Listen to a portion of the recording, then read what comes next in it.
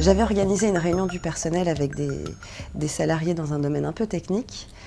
J'avais donc demandé l'appui d'un délégué du personnel sur cette réunion pour qu'il prenne en charge notamment les questions un peu plus techniques, chose qu'il a fait très bien d'ailleurs. Donc la réunion s'est très bien passée, les salariés ont décidé d'écrire un cahier revendicatif et de le porter. Donc le DP en question leur explique qu'ils peuvent bien sûr le joindre s'ils ont besoin, mais qu'ils peuvent aussi venir me voir sur le local et qu'en plus, ils auront peut-être la chance que je sois en jupe comme aujourd'hui et que du coup ils pourraient joindre l'utile à l'agréable. On était à une réunion régionale et puis lors du déjeuner, donc je passe à côté d'une tablée d'hommes militants. Il y en a un qui m'interpelle et qui me dit « Ah bah tiens Aurore, est-ce que tu pourrais débarrasser ça et puis nous ramener une autre bouteille s'il te plaît ?» Une réunion était prévue pour une commission syndicale distribution et on devait s'inscrire pour le repas du midi. Donc je m'étais inscrite et j'ai été en arrêt de travail pendant 2 mois. Donc j'avais oublié de me désinscrire.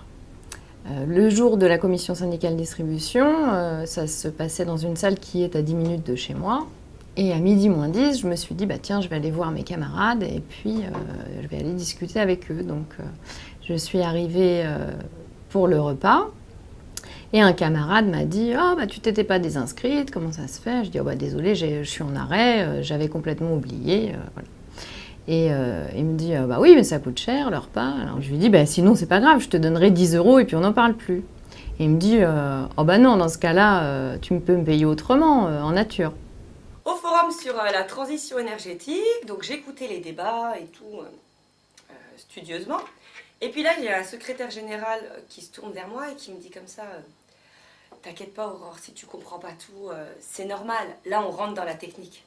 Alors que l'ensemble des camarades étaient informés de ma venue avec la responsabilité de secrétaire adjointe, il ne manquait pas une journée sans qu'un camarade passe dans mon bureau pour me proposer de commander pour lui ses fournitures. Comme il n'y avait plus d'assistante, de fait, la première femme qui était présente dans l'organisation ne pouvait être que dédiée à cette tâche-là. À l'occasion d'un comité d'établissement il y a quelque temps, on a eu à traiter le dossier égalité professionnelle avec le rapport de situation comparée. Donc on allume la direction sur les inégalités qu'il peut y avoir dans l'entreprise.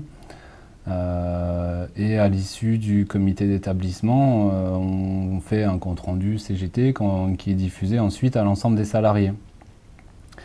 Et quelque temps après, la responsable RH m'interpelle, elle me dit « Est-ce que vous avez vu le compte-rendu du comité d'établissement ?» Je me rends compte qu'il y a des images qui se veulent humoristiques et qui en fait sont plutôt dégradantes pour les femmes, pour leur corps. Donc à quelques-uns, on se réunit et on décide d'envoyer des excuses à l'ensemble des salariés, en tout cas tous ceux qui ont reçu ce compte-rendu-là, parce que cet humour-là n'a pas sa place dans un compte-rendu de la CGT. Donc je raconte un petit peu, je parle autour de moi, je dis que je vais devenir militante.